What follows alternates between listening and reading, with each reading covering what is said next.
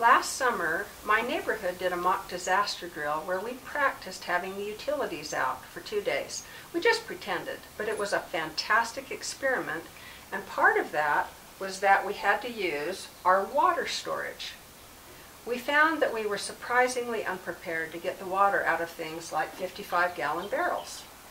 I made a YouTube about some ways to do it, and then I did a bunch more experiments recently and have learned a lot of new things, so I'm redoing that video now. My favorite option is this self-starting siphon hose. You can get it on Amazon for about $10, including tax. It has a metal end that has a glass ball bearing in it that traps the water when you move it up and down in the water and starts a siphon. This hose is 6 feet long, and it's a 1/2 inch inner diameter. I'll show you how it works. So you have to have it down in the water, and you have to have the rest of the hose lower than where the rest of it is, or at least as low. Once you get enough water going through it, it'll keep siphoning. It'll keep siphoning until these are of equal length. The problem is that this hose is floppy, and so it really will only do the top third of the barrel without some modifications. So I'm going to show you how you can modify this for dirt cheap for $2 extra. So for a total of $12, have a siphon hose, self-starting, that will siphon your barrel all the way to the bottom, or within 1/4 of an inch from the bottom.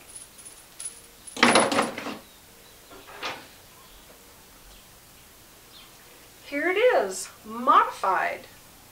What you have to do first is you have to attach the hose to something stiff. You could use a branch or a stick. I used 4 feet of PVC pipe, which cost me about 80 cents, $1. And I attached it with these plastic ties that you all recognize. And I tied it so that the pipe sticks out just a little bit farther than this metal tip, so that I'm not ramming it into the bottom of the barrel. So we can put that down in. You want your stick or your pipe to be 4 feet long so that it doesn't accidentally drop into the barrel out of sight and create a nightmare. Then I got an extra piece of this same hose from Evco House of Hose, and that cost me 41 cents before tax. And at Sprinkler World, I got a barb coupling insert, 1/2 inch, because this is 1/2 inch inner diameter, to attach them. Just put that in. So now, with this hose being 7 feet instead of 6 feet, let me just undo that, I now can get the siphon going, and it will siphon all the way to the bottom. And once you start a siphon, you can leave. You don't have to stand there and monitor it. Of course, you have to have something to siphon it into. So let me pull this out and stop that siphon.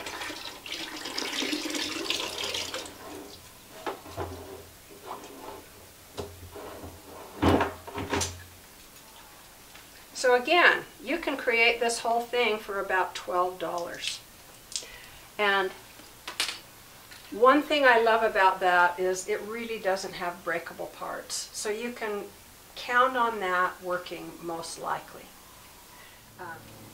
Another name for this hose is a shaker hose, because you're shaking it up and down. But if you do a search for self-starting siphon hose, or even siphon hose, you're going to find this.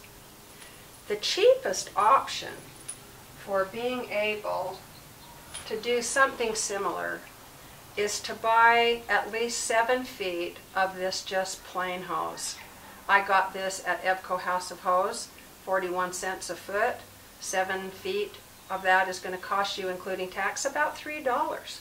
It doesn't have the self-starting tip on it, but you can start it by sucking on it. I have about 15 feet here, so that I have it long enough to come out of my barrel and run out to my compost pile, where I would water my compost pile or a tree when I am rotating the water in my barrel. longer than somewhere between 10 and 15 feet, it's starting to get really hard on your mouth to start by sucking on it. But 7 feet is a slam dunk, and that's really all you have to have. You have to have at least 7 feet of this in order to siphon all the way to the bottom. The next thing we want to talk about is this plastic red-handled siphon pump hose.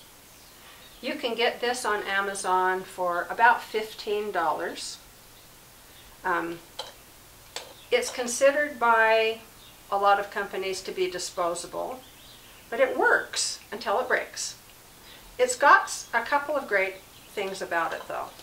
It is both a pump and a siphon hose until it cracks.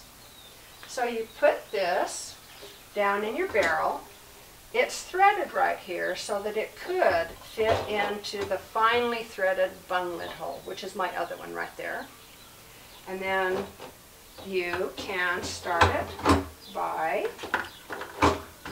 pumping up and down on that.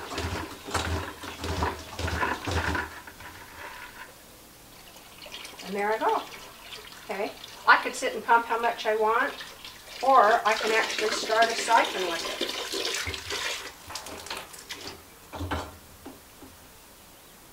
Okay, now, you can also just suck on this and start a siphon. And this goes almost all the way to the bottom, so that's another way to get your water out of pretty much your entire barrel. When it gets low enough, you can always tip your barrel over. But I don't know when this might break. If this plastic up here cracks, I don't know that you can really use it at all. But for those of you who have this already, it might work. Getting that other option too for $12 might be a great safety feature. Our next option is this adjustable drum pump that I got from Industrial Container in Salt Lake City. This is a heavier plastic, more likely to hold together than the red-handled thing. However, it's not extremely sturdy, and it was $17.50 with tax at Industrial Container. It also has a threaded thing right here, finely threaded, and it works by doing this. That does quite a bit of water. It's a little bit difficult. It wouldn't be very fun to try to do a large amount of water with this, but for little bits at a time, you can. So that's that option. Our next option is this pump that comes from OEM Tools, the Lever Action Pump, OEM Tools.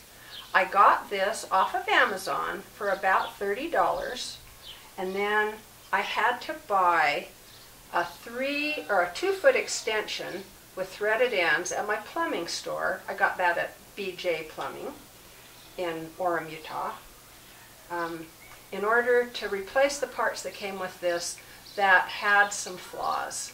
But that part only cost $3, so that made this whole thing about $33, and after tax that makes it about $35.50 or so.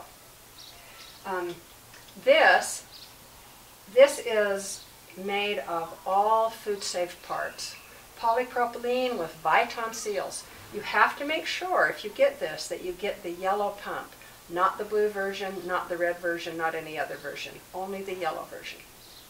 And then it also has a threaded option for the finely threaded bung hole. And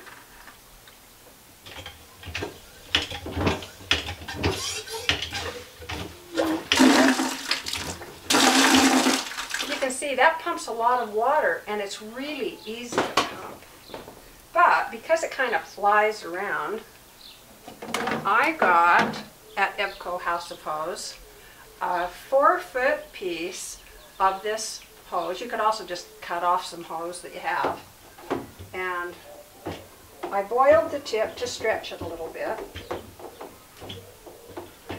so that I could, oops, that just came off, so that I can control where the water goes.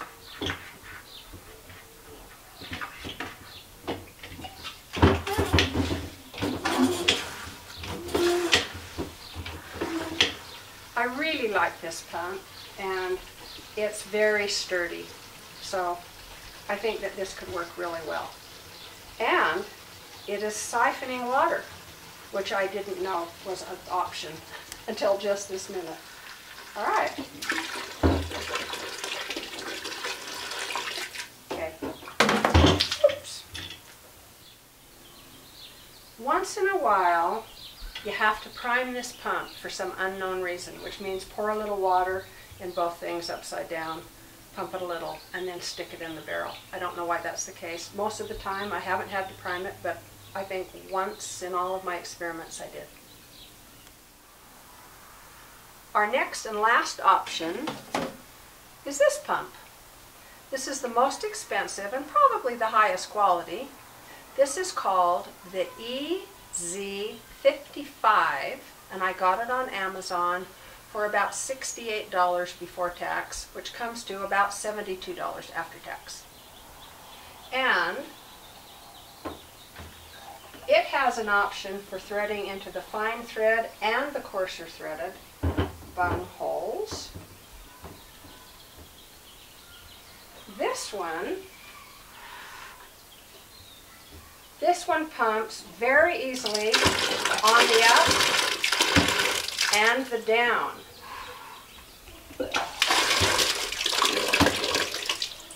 But just like with our other yellow pump, it's nice to have a hose so that you can control where this is going.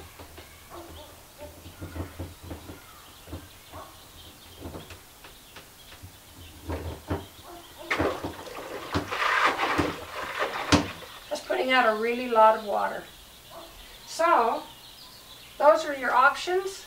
Any hose that is 7 feet long will siphon all your water out, but you have to do something to make it go all the way to the bottom inside of your barrel and then all the way to the bottom outside of your barrel. Even if you use duct tape, you can do it.